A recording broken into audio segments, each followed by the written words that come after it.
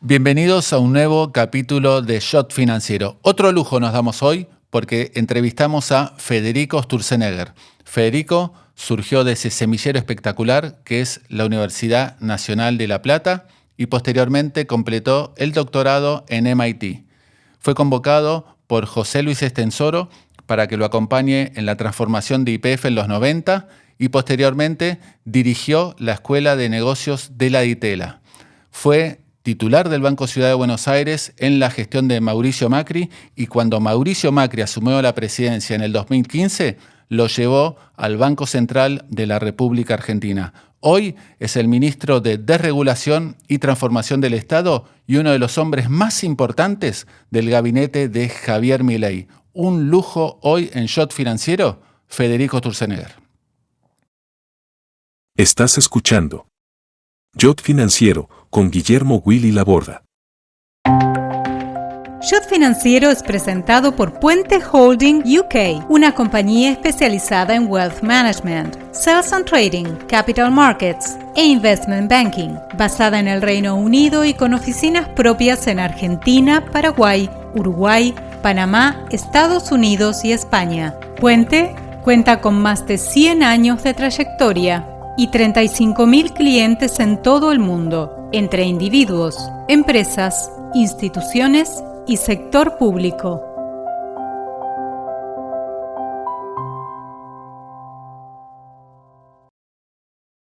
Y ya estamos aquí con Federico Sturzenegger. Federico, un lujo que nos hayas dado esta oportunidad.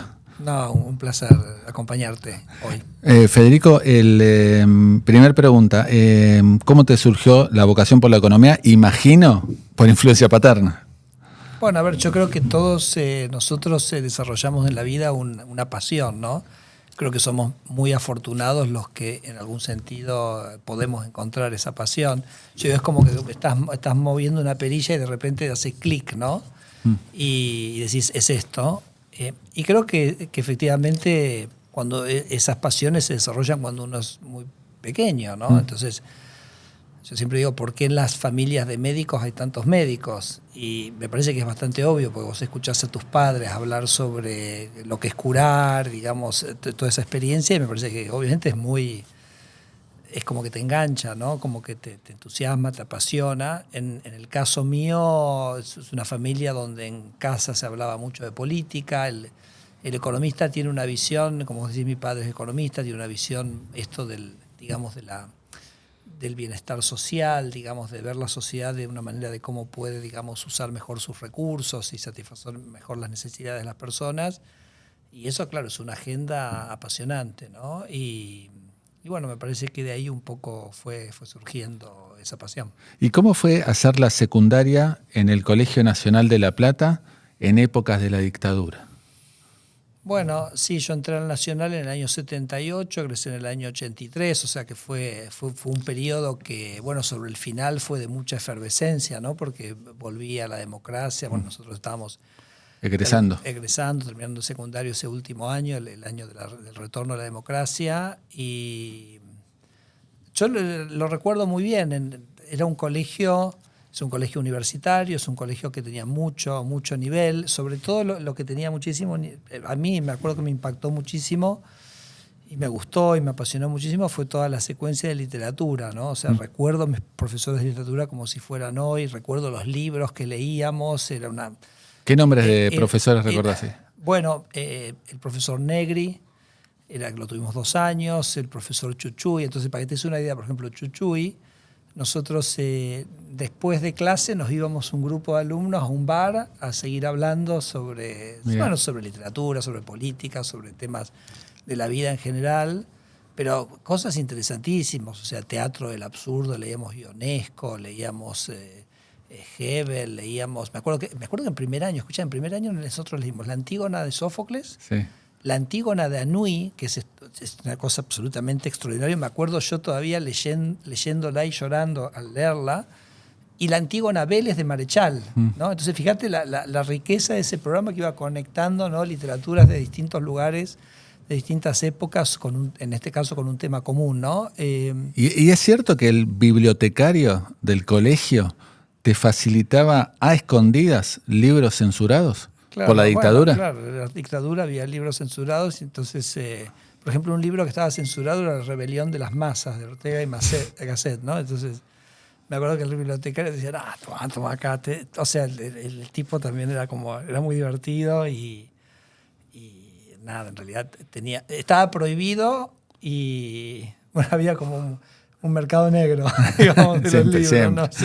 Siempre. Así que, Economía 1, pero básica. bueno, te hablo, ¿no? Un poco de esa efervescencia y de un colegio que tenía, ¿no? Tenía una tradición académica muy impresionante y se veía en todos los estamentos, ¿no? O sea, desde el aula hasta la biblioteca. Mira, me haces acordar porque yo también egresé en el 83 y del Buenos Aires, así que vivimos. Bueno, estábamos en la misma época. Ya me imagino que leías libros de economía en la secundaria y nunca tuviste duda de la vocación o que ibas a seguir en la carrera de grado. No, bueno, siempre uno tiene dudas y está pensando hasta último momento.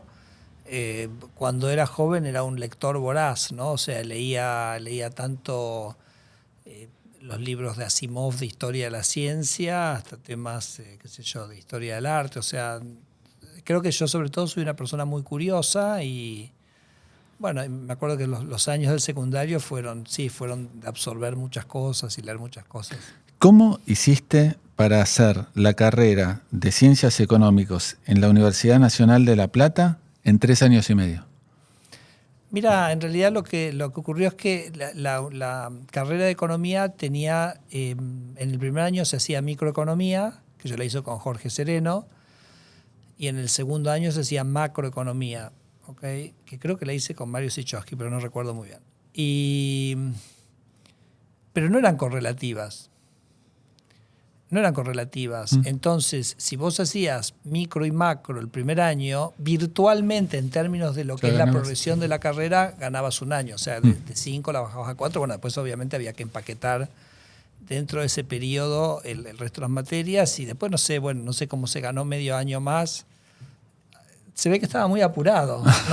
No se entiende para qué, pero bueno, qué sé yo. ¿Qué otro profesor? Supongo que era, digamos, qué sé yo, el entusiasmo juvenil. ¿Qué otro profesor recordás? Porque de la Universidad Nacional de La Plata han surgido grandes economistas. Claro, bueno, sí, Horacio Pifano, Ricardo López Murphy, Daniel Artana, todos ellos fueron profesores míos, ¿no? Alberto Porto, lo teníamos al legendario Elías Salama, sí. ¿Te acordás? Elías Salama, que es una eminencia en términos de macroeconomía, una cosa increíble. Lo que era Elías lo tuvimos en 2 cursos, Elías Salama, así que, en fin, te diría, esos son, bueno, lo tuve a mi viejo en desarrollo económico también, en fin, la verdad. ¿Cómo fue ser alumno de tu vieja? No, totalmente normal, nada particular. Te trataba, digamos, ¿no? Como un alumno normal. Sí, pero la verdad que La Plata tiene una tradición muy fuerte de egresados de La Plata que hacen como un culto de volver. De hecho, yo cuando volví de enseñar en UCLA, concursé para ser profesor en la Universidad de La Plata. Me acuerdo que mis jurados fueron Daniel Heyman y Daniel Artana. Y de hecho después cuando me terminé, y enseñé durante 2 años finanzas internacionales, habiendo ganado el concurso en la Universidad Nacional de La Plata. Y me acuerdo que cuando fui a la DITELA, cuando llegué a La Palera, me contratan en la DITELA, yo le peleé mucho para poder seguir enseñando en La Plata. Peleé más que mi sueldo, poder seguir enseñando en la Universidad Nacional de La Plata, pero él me dijo, mirá, yo te estoy pagando esto, no tenés que venir acá con exclusividad, y lo tuve que abandonar mi cátedra, ¿no? Pero la verdad que lo disfruté muchísimo y además sentía ese compromiso y esa obligación de devolverle a la universidad, así que lo hice con muchísimo gusto y lamenté mucho no poder seguir haciéndolo. ¿Elegiste, una vez terminada la carrera de grado, enseguida seguir el doctorado, en este caso en el MIT, o hiciste alguna pausa? Sí, yo, mi padre siempre me había dicho, me parece que tu formación la vas a completar afuera, así que sí, más o menos yo ya venía un poco planificando y de hecho cuando di los exámenes fue muy gracioso porque cuando di los exámenes para entrar a las universidades de Estados Unidos, había que hacer un examen llamado el GRE, sí. Pero por ejemplo había preguntas de econometría y yo no había cursado econometría todavía. Entonces, bueno, esas listas no hay nada que hacer, había que saltearlas nomás esas preguntas. Pero también, sabés que era una situación muy diferente ahora, ¿no? Porque en ese momento no estaban los rusos, no estaban los de Europa Oriental, no estaban los chinos. Tenías menos competencia. Menos competencia, porque fíjate, MIT y Harvard tienen el mismo número de vacantes, pero ahora tenés los chinos, los rusos, entonces Sí. un mundo que se ha hecho mucho más rico, hay mucho más acceso a esa educación, hay mucha más gente de todo el lugar del mundo que viene. Es como hoy creo que los chicos que están yendo a estudiar afuera, bueno, tienen un desafío, una complejidad mucho más grande, ¿no? No sé si sería tan fácil hacer lo que hice yo que ir a dar el GRE con algunas de las materias que te tomaban no dadas y aún así, digamos, poder acceder, ¿no? Es cierto que como no te llegaban las notas de tus exámenes para aplicar el GRE, un día fuiste al correo de Gonet y los empleados te permitieron que pases todo el día revisando una montaña de cartas. Esa historia, ¿de dónde la sacaste?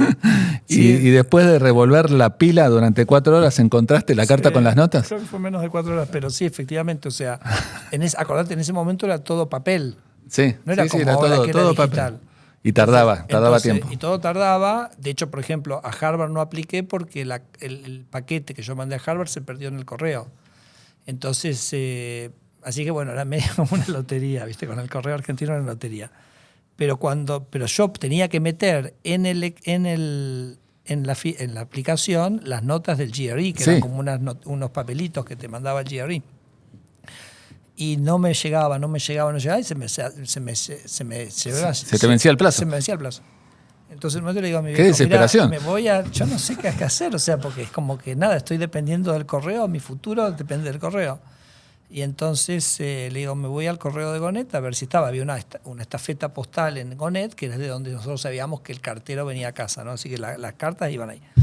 Y entonces le digo, che, necesito una carta, voy al correo, por favor te pido, la tendrás, qué sé yo. Entonces me dice, mirá, yo no sé, pero si querés, buscala. Y entonces me abre un cuarto, una escena dantesca, porque había una pila de cartas más o menos de más de mi altura. O sea, imagínate una pila de cartas de 2 metros de altura. Y dije, bueno, listo, arranco. Empecé todo a sacar. Lo que era bueno es que el sobre del GRE era un poco más grande. Era distinto. Entonces ya como empecé a mover. Y de repente lo agarré y salí. Me acuerdo que mi viejo me estaba esperando afuera en el auto con la nota. Y tenía buena nota. Tenía buena nota y bueno, así pude aplicar. Pero así que bueno, son esas cosas que el argentino tiene que tener un poco esa creatividad, ¿viste? Para sortear. Y batallar de más Sí, también, ¿no? Sí. ¿Cómo fue? Después cuando lo contaba ya en MIT la anécdota se me mataban de risa. ¿Cómo fue el fondeo, que es un tema clásico para todo aplicante a estudiar en el exterior? Yo tuve un fondeo para vivir de la Fundación Ford. Sí.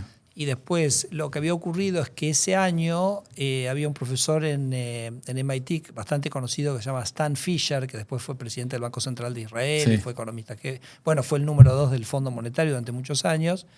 Y él había acordado ese año con ADEVA que ADEVA iba a financiar un alumno de MIT. Buenísimo. Entonces cuando me llamó Stan Fisher para decirme que me habían admitido, me dijo, habla con tal persona, que era Fernando de Santibáñez, que él te va a resolver el tema del financiamiento. Era una cosa que habían preacordado antes que surgiera mi nombre, por supuesto. Sí, habían preacordado que ese año ADEVA iba a financiar un argentino, porque hacía muchos años que no iba un argentino a MIT. Así que bueno, imagínate la suerte que yo tuve. Así que con eso resolví el problema del financiamiento de la matrícula. Y la Fundación Ford, bueno, sí, era un poco escaso. De hecho, el primer año vivía en un sótano con otra persona, pero feliz. La experiencia en MIT fue...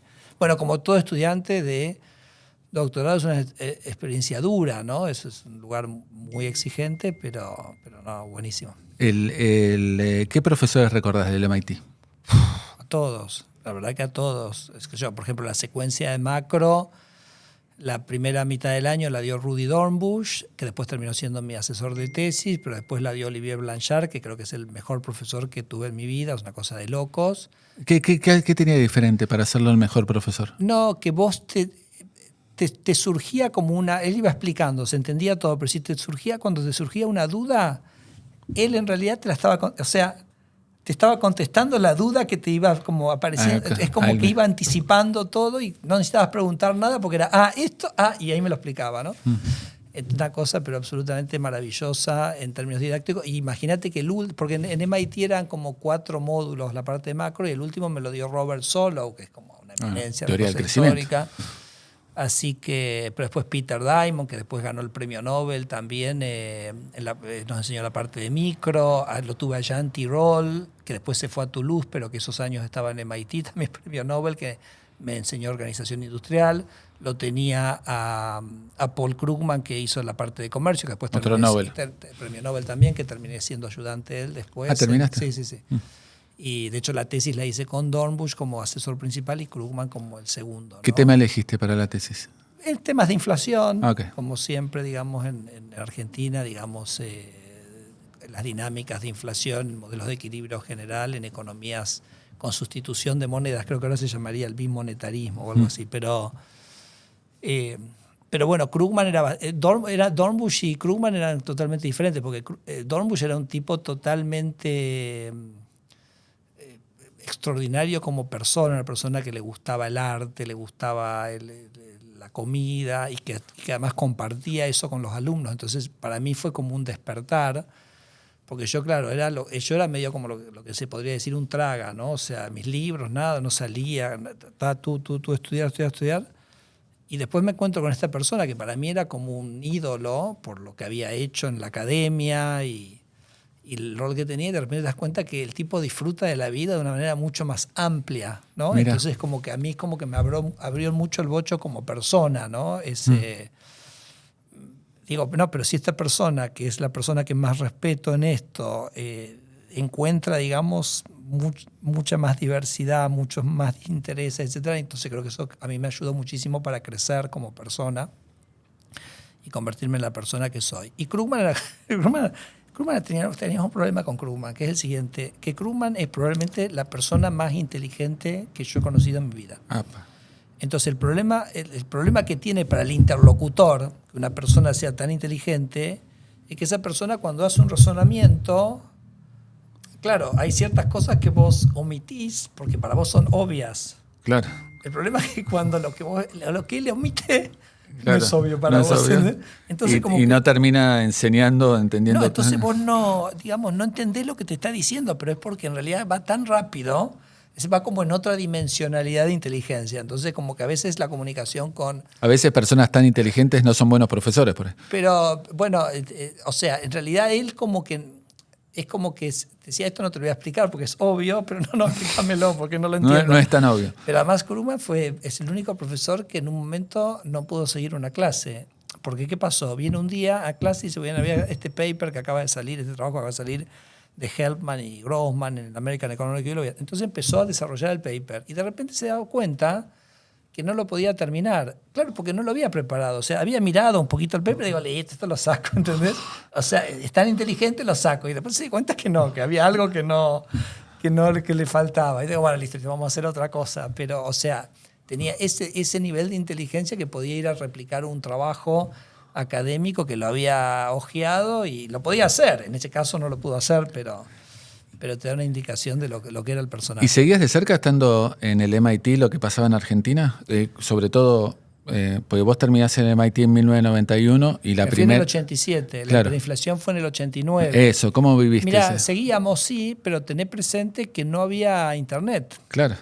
O sea, en realidad yo me acuerdo que en tercer año, o sea, vendría a ser cuando volví, yo del 89, bueno, volví a enseñar la Ditela en el 89 y cuando volví ahí como que apareció una red de argentinos que mandaban como un correo electrónico y como que de repente era wow, o sea, podíamos tener noticias. Porque antes de eso nosotros, ¿qué recibía yo? Había una edición de La Nación, que era La Nación Internacional. Que llegaba los sábados, creo. Que llegaba, claro, se enviaba los sábados, entonces te daba una semana en llegar. Entonces vos en realidad leías noticias de hacía 2 semanas. Y llamar por teléfono era carísimo. O sea que yo me salía como, te estoy hablando de principios de los 90, no sé, $3.75 el minuto. Entonces era total, imagínate, yo tenía una beca de $700. O sea, si hablo 10 minutos, es el 5, no como. Sí, no comía. Sí. Entonces nos hablaba mucho por teléfono y esa comunicación era bastante esporádica. Después del 90 que empezó a cambiar todo, porque imagínate que empezás a recibir un email todos los días. Te cambió radicalmente, ¿no? Así que seguíamos. Además, yo todos los veranos de allá, que era el invierno acá, volvía a Argentina. Así que no, obviamente nunca uno se desconecta.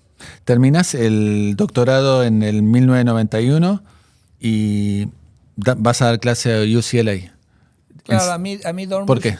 Dornbusch me dice, mira, Federico, vos obviamente, a vos lo que te apasiona es Argentina, vos vas a volver a Argentina. Me dice, pero antes la gente venía a hacer un máster y volvía, después la gente, todos tenían un máster, bueno, todos digamos en esto de la profesión, ¿no? Después la gente hizo un doctorado, entonces vos tenés que hacer algo diferente, tenés que hacer algo más y vamos a hacer un par de años de vida académica en Estados Unidos, que es una experiencia muy interesante, te va a ampliar mucho el bocho, es muy exigente, listo. Entonces hay una cosa que se llama que cuando los alumnos van terminando su doctorado, van a una cosa que se llama el job market, el mercado de trabajo, y que es académico, y a mí, bueno, decidí ir y quedarme unos años más haciendo eso, y me contrataron en la Universidad de California, Los Ángeles, la UCLA. Y la verdad que yo te digo, yo había ido muy joven, porque yo me fui con 21 años, y la verdad que por ahí fui demasiado joven, o sea, por ahí no era lo suficientemente maduro para absorber todo lo que tenía que absorber, y de hecho, más allá que los norteamericanos que hacen el doctorado más o menos tienen esa edad también, pero lo cierto es que encuentro que los 3 años que terminé estando en la UCLA fueron extraordinariamente formativos. Más allá de que, digamos, la carrera académica en Estados Unidos es cruel, o sea, es de un nivel de, digamos, de exigencia absolutamente aplastante, apabullante, pero yo lo encontré de un gran crecimiento intelectual. Sí, esos 3 años ahí, así que tenía razón Rudy que era algo que era una experiencia que era importante hacerla. ¿Y cómo viste? Porque eso se ve en paralelo al lanzamiento de la convertibilidad acá en Argentina. ¿Cómo viste esos años de vértigo? En el año 89 tuvimos la hiperinflación. Sí. Así que te digo, con mis $700 de la Fundación Ford vine acá un invierno y porque ya sabemos que el tipo de cambio real se deprecia mucho en esas crisis extremas. Y después vino la convertibilidad, que fue un poquito en el sentido siguiente, pero fueron muchos los cambios de Argentina. Tanto es así que en el año 94 me llaman porque Stensoro había tomado la conducción de YPF, había privatizado YPF y estaba buscando 4 como asesores senior, uno para todo lo que es la planificación económica, y le habían sugerido mi nombre. Y cuando la primera vez, voy a lo que vos me preguntás, ¿no? Entonces cuando me llaman, te quieren, digamos, entrevistar para una entrevista en YPF, y yo me reí, porque imagínate, yo me había ido de un país en el año 87, yendo hacia la hiperinflación, las empresas públicas totalmente deficitarias. Acordate que en los años 80, YPF en particular había sido el vehículo para el endeudamiento externo de Argentina, o sea, había sido realmente un desmanejo total. Entonces, fíjate lo que había cambiado el país, digamos, que eso que me parecía...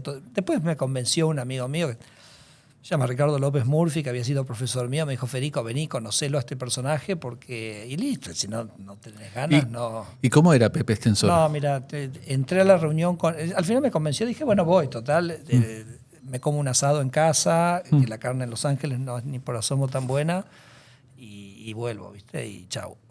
No, me estaba yendo muy bien allá, no tenía realmente ningún motivo para venirme. Y entré a hablar con este señor Stensoro y a los 40 minutos cuando salí no me quería volver a Argentina, no me quería volver a Estados Unidos. ¿En serio? Quería largar los cursos y empezar a trabajar con él ahí mismo. Es muy notable porque... ¿Tan brillante era Pepe? No, te voy a decir lo que tenía. Sí, es brillantez en una... Sí, el tipo era absolutamente brillante, pero tenía una cosa muy impresionante, que es que cuando yo salí de la reunión, salí pensando, aún sabiendo que esto que te voy a decir, yo mismo era consciente que no era cierto, pero no importa, lo sentía igual, que si yo no venía a trabajar con él, a él todo se le caía como un castillo de naipes. O sea, ¿qué es lo que él hizo? Él me transmitió a mí una necesidad, una esencialidad. Una responsabilidad. Que yo sabía que no era verdad, pero no importa. Él me lo hizo sentir, ¿correcto? A veces yo te diría, no lo he visto con ningún otro político, quizás hasta Javier, del cual vamos a hablar quizás más tarde. Pues viste que Javier es una persona tremendamente que apoya a sus ministros, que apoya a su equipo. Bueno, Estenssoro tenía eso, ¿no? Y hacía que la gente realmente estuviera dispuesto a realmente hacer cosas extraordinarias por él, ¿no? Y era en todos los estamentos de la organización. Por ejemplo, cuando yo llegué me mandan a hacer bueno, obviamente acepté, venir. Sí. También lo que me ofrecían era también bastante interesante económicamente. Sí. Pero, por ejemplo, me hacen una inducción y termino, por ejemplo, una estación de servicio en Luján de Cuyo.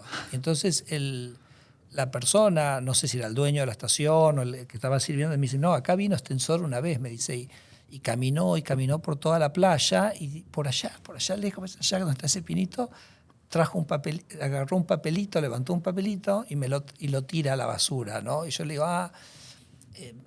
digo, uy, discúlpeme, qué sé yo, que estaba el papelito. Entonces él dice, no, por supuesto, está impecable. Me dice, pero claro, vos date cuenta que la cara visible de la empresa sos vos, no yo. Claro. Yo estoy en un escritorio en Buenos Aires, vos estás acá en los confines de la patria, vos sos IP. Digo, te imaginas, pulía las piedras después de eso, ¿no? Entonces él tenía... Qué genial. Tenía una genialidad en ese. Ahora, era una genialidad que a veces también la combinaba con una dureza y una exigencia extraordinaria. O sea, el nivel profesional que le impuso a la empresa fue también, pocas veces lo he visto. Así que era una combinación muy interesante de liderazgo, ¿no? ¿Cómo fue el momento que recibiste la noticia de su accidente y la muerte? Bueno, nada, son como esas noticias que como que no las querés aceptar, sí, ¿no? Como que no caes. Era muy interesante porque él era como todo visión, etcétera, y él su COO, o sea, su gerente operativo, se llama Nels León, sí, que era el perfil exactamente el contrario, o sea, una persona muy, muy reservada, casi hasta creo que podría decir hasta tímida, muy, muy meticulosa, muy técnica.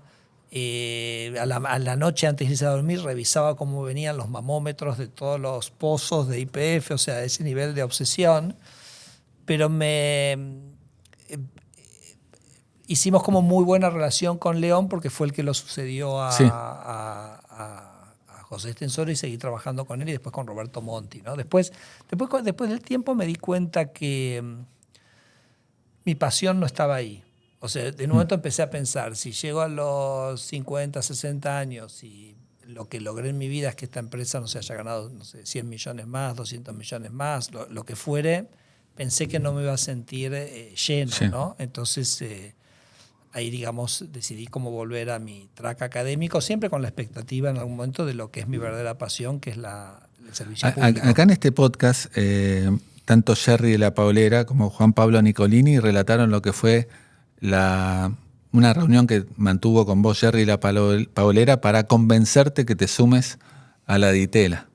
Y que en realidad no esperaban que te sumes a la Ditela, pero se ve que te sedujeron de alguna manera. Bueno, Jerry creo que lo hizo muy inteligentemente porque me dio mucho tiempo, o sea, me respetó mucho los tiempos porque, claro, implicaba, digamos, una baja en ingresos, tenía una posición muy, muy interesante en la empresa en sí, etcétera. Entonces, creo que la inteligencia de Jerry estuvo sobre todo en darme el espacio para que pueda tomar la decisión y la verdad que el desafío, porque lo que era interesante es que él me ofrecía el decanato de la Escuela de Negocios, sí, no en Economía, y a mí la verdad que el gerenciamiento también es algo que me gusta siempre mucho y me pareció que era un desafío extraordinario y un poquito diferente y la verdad que lo encaré después con un entusiasmo increíble y la verdad que bueno, en el periodo que estuve entre el año 98 y el 2005, con una breve interrupción en el 2001, multiplicamos la Escuela de Negocios de la Ditela por 6 veces, ¿no? Así que nada, fue el comienzo del programa de finanzas, que hoy es líder del mercado, el programa del MBA también, así que fue como muy lindo. ¿Qué recordás del 2001, lo que fue ese año traumático para la economía argentina, para los argentinos y tu primer paso, si querés, por la función pública? Sí, dificilísimo porque yo entro con Ricardo, después Domingo me pide que me quede y es como un poco una situación que vos sabés que es muy difícil, pero decís, bueno, listo, o sea, nos entrenamos para esto, acá es venir para cuando la cosa está bien. Bueno, este es un... Y lo vi tanto a Ricardo como a Domingo, dos personas éticas, íntegras, súper profesionales.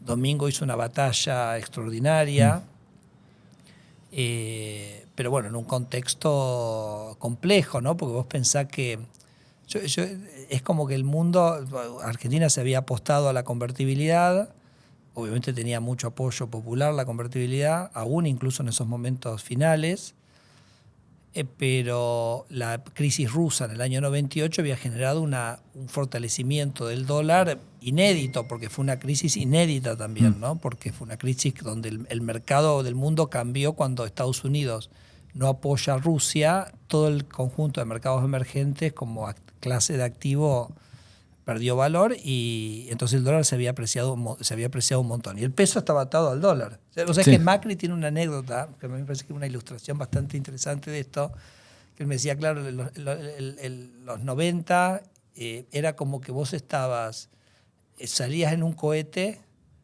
al mundo, pero estabas del lado de afuera del cohete. Entonces cuando el cohete subía, vos estabas de afuera y te ibas como quemando, Claro. ¿viste?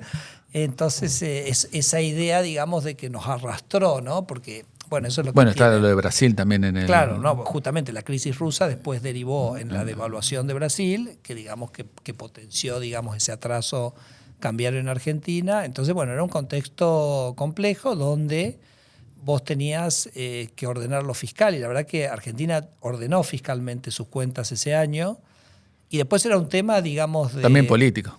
No, sí, de mucha debilidad política, pero la verdad que es cierto que en el 2000, porque yo, por ejemplo, al final terminé siendo uno de los más optimistas del equipo en el sentido de decir, mirá, le pasó de todo a Argentina, la soja vale esto, Brasil está en recesión, el dólar está en esta situación, o sea, esta combinación de factores no puede darse mucho tiempo, entonces lo importante es no cambiar este marco institucional. Pero bueno, sí, la política en algún sentido no lo pudo tolerar porque, claro, esas situaciones de tipo de cambio fijo, en ese contexto, vos te acordás que la tasa de desempleo era significativa, entonces en un momento el sistema político no lo pudo tolerar. Pero bueno, fue una experiencia durísima, ¿no? Para todos los que estuvimos ahí. ¿Cómo te llega la propuesta para ir a Harvard, a la escuela de gobierno? Nosotros, yo después de eso vuelvo a la DITELA, vuelvo nuevamente después al año nuevamente como decano de la Escuela de Negocios. Yo trabajaba en temas de finanzas internacionales y hicimos un trabajo con un colega que vos lo conocés perfecto, de hecho seguramente habré hecho un podcast acá, que es Eduardo Levi Yeyati. Sí, está en la lista. Tenemos muchísimos papers escritos con Eduardo. Y hicimos un paper con una idea muy sencilla, pero viste que a veces las ideas más sencillas son las que más cambian las cosas, ¿no? Y es que nos dimos cuenta que los regímenes cambiarios, cuando vos clasificabas un país como tipo de cambio fijo, flotante, estaba mal. Te doy un ejemplo. Si vos tenés un tipo de cambio fijo y el gobierno devalúa todos los meses, en realidad no tenés fijo. Decís que es fijo, pero no es fijo, es flotante. O por ahí podés decir que es flotante, pero intervenís y el tipo de cambio no se mueve nunca. Entonces, en realidad no es flotante, es fijo. Entonces nosotros con métodos estadísticos diseñamos una metodología para clasificar los regímenes cambiarios, no basado en lo que los países decían hacer, sino basado en lo que hacían en la realidad.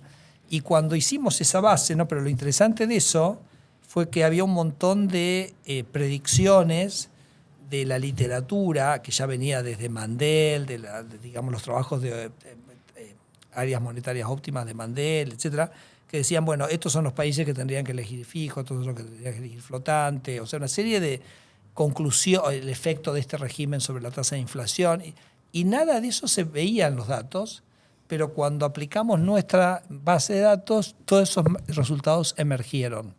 Entonces fue, digamos, como un cambio en el área de finanzas internacionales, en lo que es esta parte del área que es del estudio del efecto de los regímenes cambiarios, fue como un antes y después de este paper. Este paper tiene miles de citas. Sí. Y de hecho hasta el Fondo Monetario Internacional finalmente cambió la manera de clasificar los regímenes en función de esto. Entonces ese paper tuvo tanto impacto que de ahí surge la oferta en el año 2005, creo que fue, para ir a enseñar a la Escuela de Gobierno en Harvard.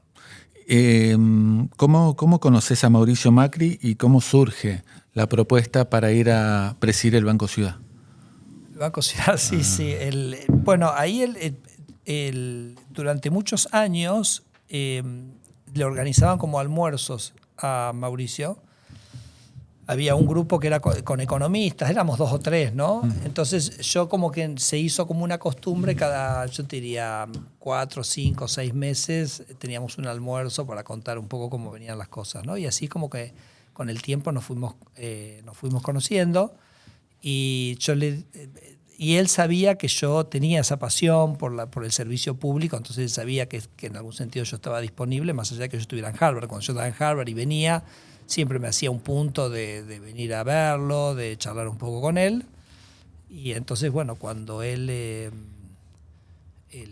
asume como jefe de gobierno de la ciudad. Como jefe de gobierno, me dice, venite, qué sé yo, y me ofrece un posible ministerio o el Banco Ciudad. Y me pareció que la experiencia del Banco Ciudad era una experiencia más integral, ¿no? Porque yo ahí tengo mi presupuesto, tengo mi bottom line, tengo mi política de recursos humanos, o sea, es como bastante integral como experiencia de gestión. Bueno, hiciste bastantes transformaciones en el banco. No, fue increíble porque agarramos un banco que perdía plata, lo dejamos sumamente sólido y creo que lo que más alegría me da es ver que el Banco Ciudad siguió en esa solidez y que ese cambio, que fue casi un cambio cultural que hicimos nosotros ahí. Quizá aplicaste mucho lo de YPF, lo que habías visto en YPF, quizás, ¿no? Bueno, qué sé yo, es una industria que es un poco diferente, pero por ejemplo nosotros... Pero en management, digo. A ver, fue interesante porque yo el primer año traté de hacer mejor lo que el banco ya hacía. Esto es como interesante, ¿no? Porque que creo que es como por ahí también lo que distingue a Javier. O sea, vos podés decir, voy a tratar de hacer mejor lo que ya se hace. Es un enfoque que podés tener. Sí. O podés preguntarte, ¿por qué hago lo que hago?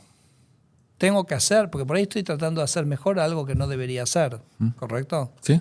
Entonces me pasó eso a mí en el Banco Ciudad, que yo el primer año traté de hacer... Nosotros teníamos un problema, teníamos el banco lleno de gente, cobrábamos todo tipo de servicios, lleno de cajeros.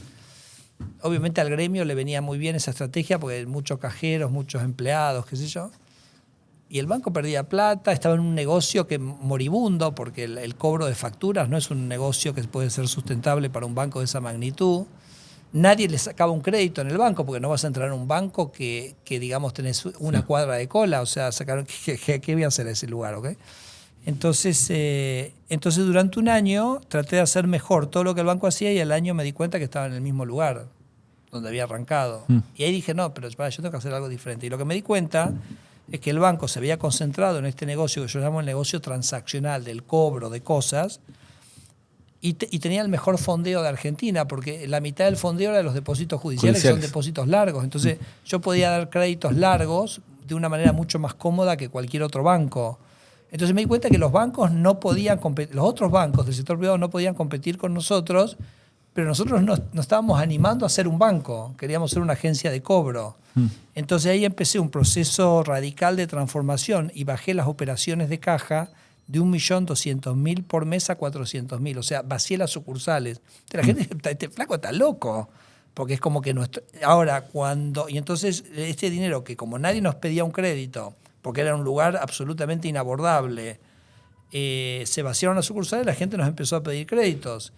Entonces nos convertimos en el segundo banco hipotecario más importante de Argentina, desarrollamos nuestra banca de empresas y de pymes, pero bestialmente, y eso tenía un spread que era 10, o sea, tenía un retorno que era 10 puntos más que las Levax. Wow. Entonces vos tenías toda la plata, todo el activo del banco. En el mejor fondeo de Argentina, yo le digo a los alumnos que un banco es una máquina del tiempo, porque toma pasivos que son de corto plazo y los transforma en activos de largo plazo. El Ciudad destruía tiempo, porque tomaba pasivos de largo y los transformaba en activos de corto. Entonces, cuando los transformamos en activos de largo, de una manera que nadie nos podía competir, y ahí, digamos, le subimos 10 puntos al retorno a los activos y el banco se hizo empezó rentable. A ganar plata.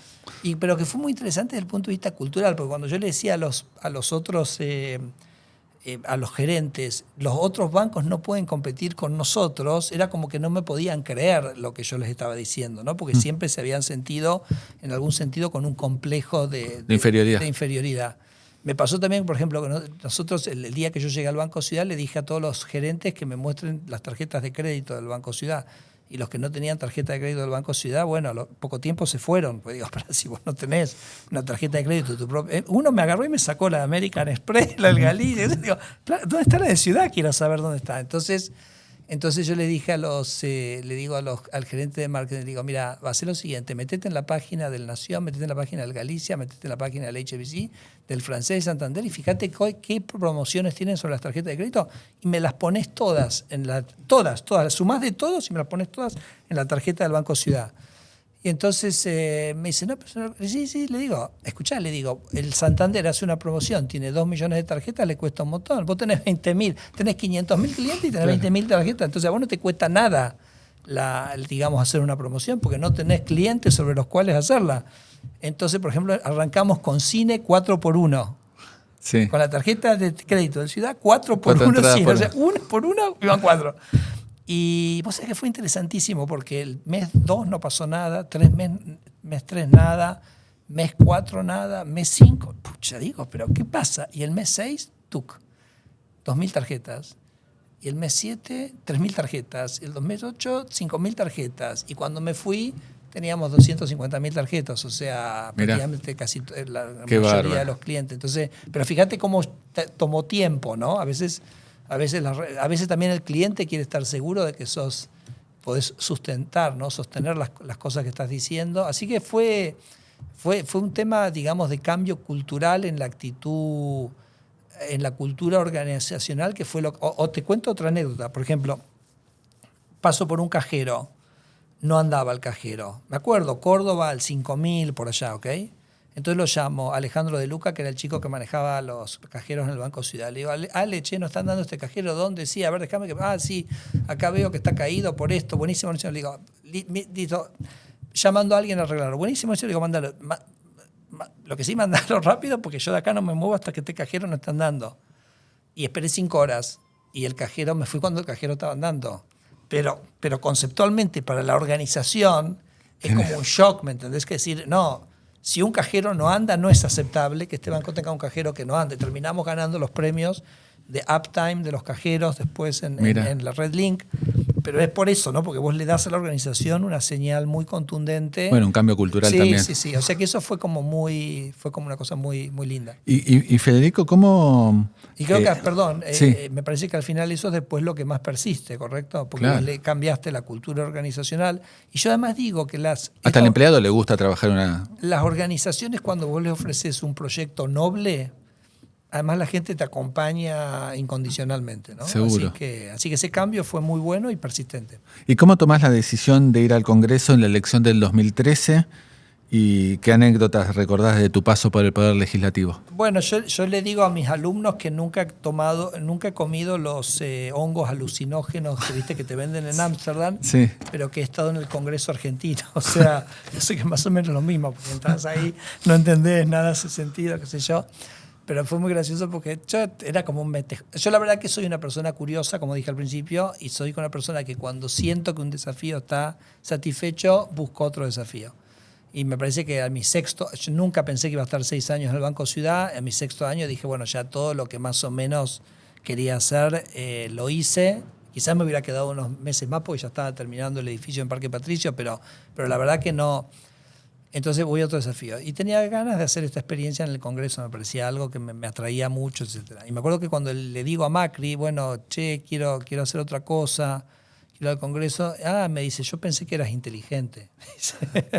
Entonces, así que bueno, pero la verdad que te digo, fue una experiencia muy, muy interesante, muy enriquecedora. Yo creo que toda la gente que está ahí por algún motivo. Entonces todos tienen sus atributos y sus particularidades que los hace interesantes. Entendí algo que después me ha servido mucho para esta experiencia, que es el contacto con las leyes, con la redacción de las leyes, con la familiaridad con la redacción de las leyes. Así que yo lo tomo como una experiencia sumamente positiva. Igual no tuve ningún problema de irme cuando en el 2015 me pidieron que fuera al Banco Central. ¿Cómo precisamente ves la gestión de Mauricio Macri, que es lo del gradualismo que hoy digamos, estamos viendo en shock. Sí. ¿Hubiera cambiado totalmente si hubiera sido el shock de entrada? ¿Cómo hace Javier Milei ahora? Sí, no, yo creo que claramente que es indubitable que, digamos, si hubiéramos tenido una posición fiscal mucho más sólida hubiera sido mejor. Pero yo creo que hay que poner las cosas en su contexto histórico. O sea, Mauricio, y eso es muy interesante en la distinción con la presidencia de Milei. O sea, Mauricio básicamente tuvo un logro para mí central que es frenar el kirchnerismo. O sea, sí. Yo creo que si no, hoy éramos Venezuela, sin ¿correcto? Dudas. Entonces, sin dudas. Y él tuvo que tener una ductilidad para hacer eso, que es básicamente hacer una coalición partidaria amplia, ¿ok? Y digamos, no respeto muchísimo a mucha gente del radicalismo, de la coalición cívica, etcétera, pero bueno, no tenían una visión exactamente tan clara de lo fiscal. No, bueno, digamos, en muchas cosas por ahí la visión no era la misma. Entonces, a Mauricio, por necesidad, por necesidad y por responsabilidad republicana, solo podía llegar armando esa coalición. Pero esa coalición, en algún sentido, después se hacía como más difícil. Porque una cosa que encuentro en el gobierno de Javier Milei es que hay mucha coherencia ideológica. Entonces, yo voy a un área y voy a discutir algo, en general no me encuentro discutiendo el qué. Podemos discutir el cómo, si lo hacemos así, lo hacemos así, lo hacemos hoy, lo hacemos mañana, pero no me encuentro, digamos, casi sin excepciones, no me encuentro discutiendo el qué. Me imagino que en la gestión del Ejecutivo de Mauricio ha tenido como que remar mucho más en esa agenda porque había, digamos, lo digo con todo respeto, pero creo que había visiones por ahí un poco disímiles y eso en algún sentido te traba la gestión, ¿no? Y me parece que, bueno, también por ahí se vio en lo fiscal, ¿no? En lo fiscal, bueno, Mauricio puso muchísimo esfuerzo y bueno, y fue como ordenando los números a lo largo de la presidencia, pero fíjate lo de Javier, ¿no? O sea, sí. Javier en un mes logró el superávit fiscal porque había una coherencia y había una conjunción de visiones que era mucho más clara. Pero bueno, son distintos momentos históricos, ¿no? Entonces, a mí me parece que cualquier evaluación de la presidencia de Mauricio tenés que hacerla entendiendo para mí esta extraordinaria virtud es que él tuvo la ductilidad para armar un espacio que permitió este quiebre en una hegemonía que me parece que nos hubiera llevado a un desastre. Y creo que Javier también defiende la postura, creo, obviamente tuya, del día del 28D. Sí, ¿no? Sí, por supuesto. Sí, eso fue un mal paso, ¿no? Claramente, creo que todos lo entendemos así. Vos cuando tenés un esquema monetario podés comprometerte a eso y hacer que las expectativas adecúen o tratar de adecuar las expectativas, el régimen monetario a las expectativas. Si vas por ese camino estás digamos, es como un camino casi irrecuperable, ¿no? Pero a mí me parece que es muy interesante porque si vos miras a fin del 2017, miremos la economía. Macri, acordate, ganó las elecciones de medio término, ¿correcto? ¿Y por qué las ganó? Porque si vos te posicionás y creo que esto para mí en lo personal genera una lección muy importante de la cara a la situación actual, ¿no? Si vos te pones a fin del 2017, la economía estaba creciendo al 5%, a un ritmo de 5%. Venía creciendo al 1% trimestral ya desde el segundo trimestre del 2016. La inversión estaba creciendo al 15%. El crédito bancario a pymes y grandes empresas máximo histórico. La pobreza en el valor menor de 30 años y la inflación ya en los 4 últimos meses del 2016 corría al 17 anual, está más o menos 1,2 mensual. La núcleo se esperaba que iba a ser 14 el año siguiente. O sea, y la gran crítica era que con una banda de expectativas inflacionarias de 8-12, la inflación núcleo estaba en 14, anual te estoy hablando. Para tomar un poco dimensión, ¿no? Pero eso efectivamente se vendió como que había sido un fracaso del plan de estabilización. Es cierto que Mauricio no usaba esto del desvío respecto a la meta. Viste que Javier mide el desvío respecto a la meta. Entonces, si vos hubieras tomado mi desvío respecto a la meta, hubieras visto que estaba cayendo y era sumamente exitoso. Porque acuérdate, nosotros habíamos un programa con una meta alta de inflación decreciente. Entonces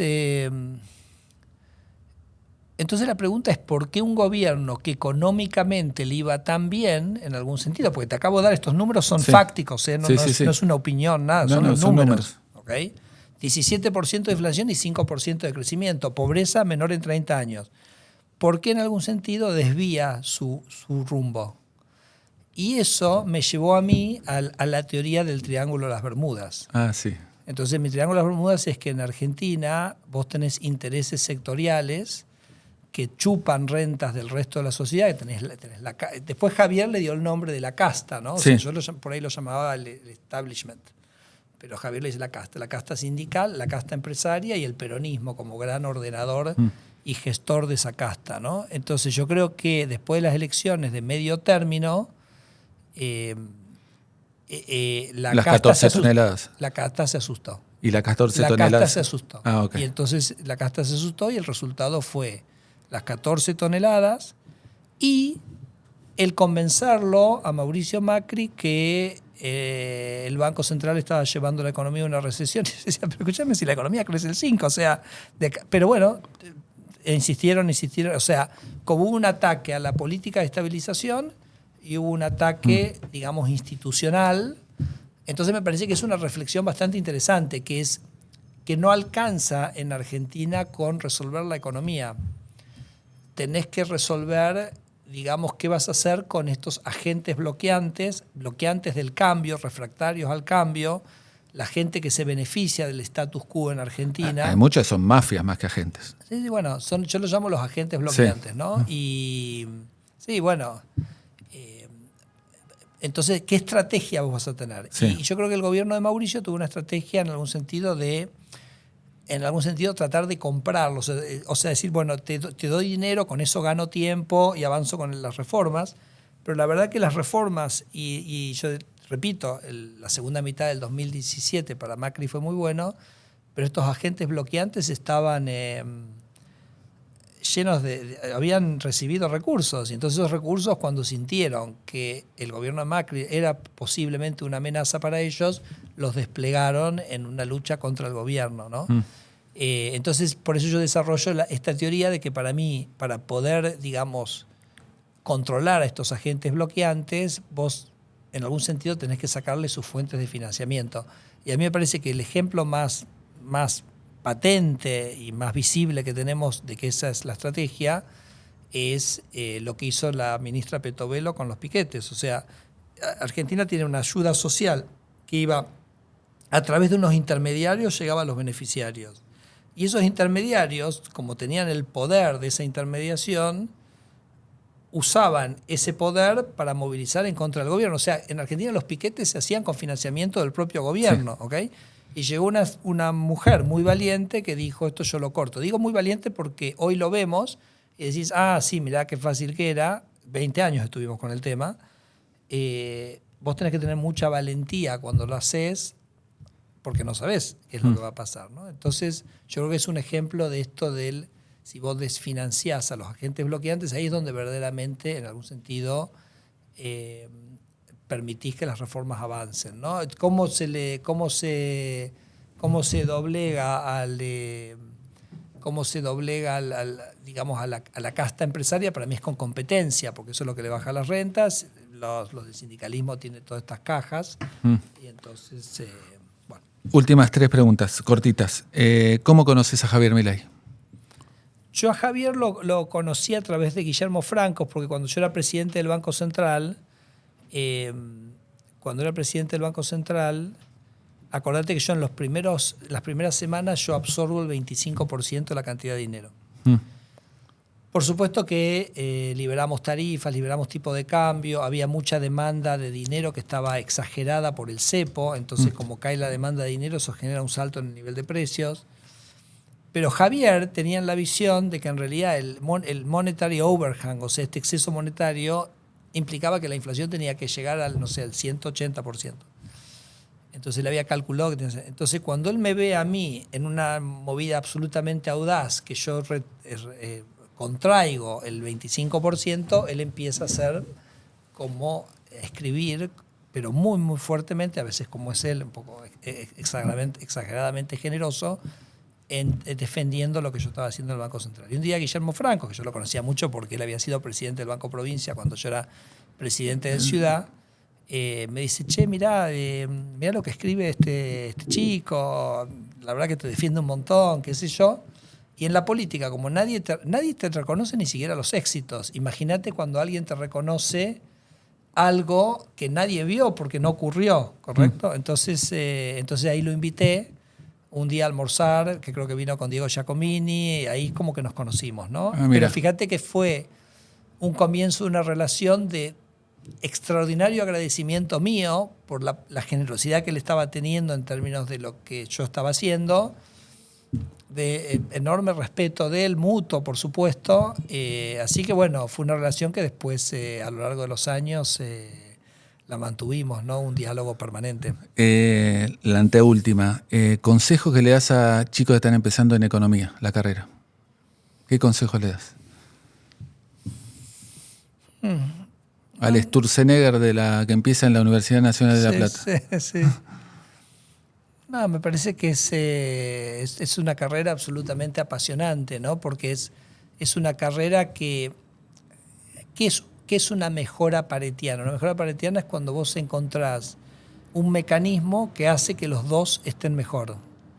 O sea, cuando tenés un problema de utilización ineficiente de los recursos, cuando podés hacer algo que hace que alguien mejore sin que alguien esté peor. Entonces es una ciencia, no es como en la política que son juegos de suma cero, que si uno gana poder, el otro gana poder. No, acá realmente es una ciencia sobre cómo hacemos que todos estén mejor, ¿no? Y me parece que eso es una cosa absolutamente apasionante. Creo que la economía ha ido...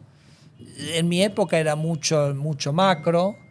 Yo ahora me estoy dedicando más a la micro, ¿correcto? Porque estoy con el tema de las leyes, los mercados. La micro es absolutamente apasionante. Además, la micro es como un poquito más... hay menos discusiones, ¿okay? Claro. En la macro es como que es un poquito más flu a veces las cosas. Así que digo, préstenle atención a la micro, me parece que es muy interesante.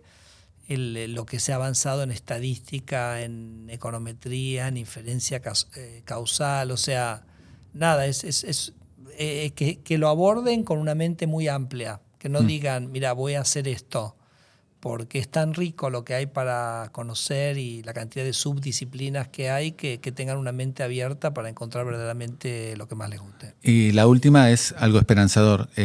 ¿Esta vez Argentina sale? ¿Rompemos el...? Bueno, Argentina esta vez tiene un presidente muy particular, con una convicción extraordinaria, con una valentía extraordinaria.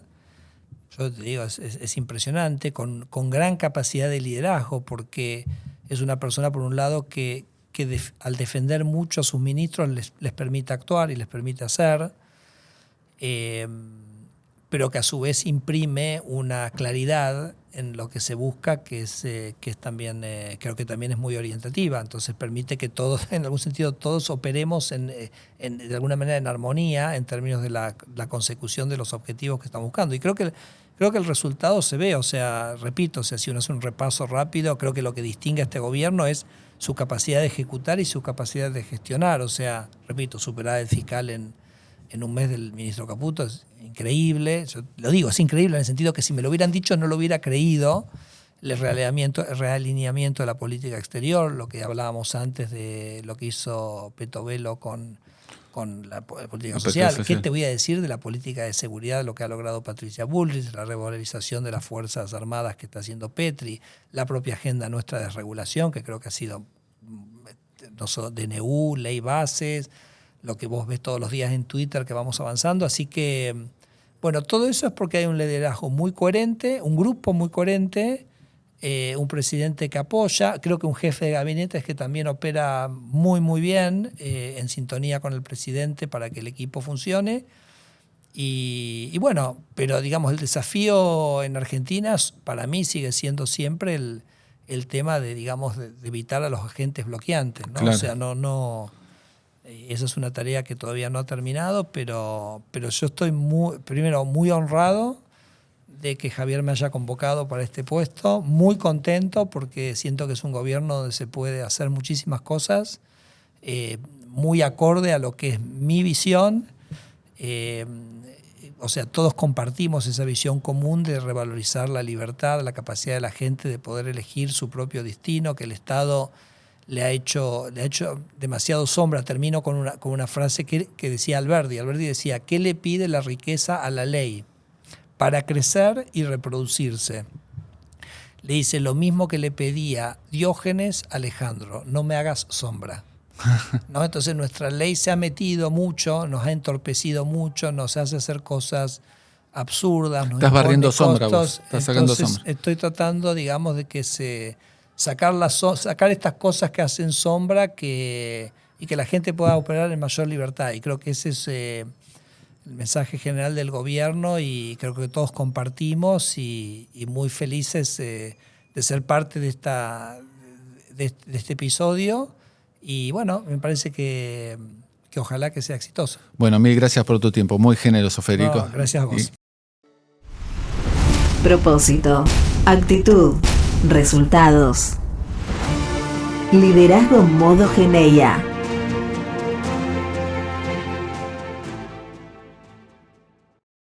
Hasta aquí la entrevista con Federico Sturzenegger. Los invitamos a escuchar las anteriores entrevistas en el archivo que tenemos en cualquiera de las plataformas tradicionales, y también obviamente a seguir las que vienen, que tendremos nuevamente referentes importantes tanto de la economía como de los mercados internacionales. Chau.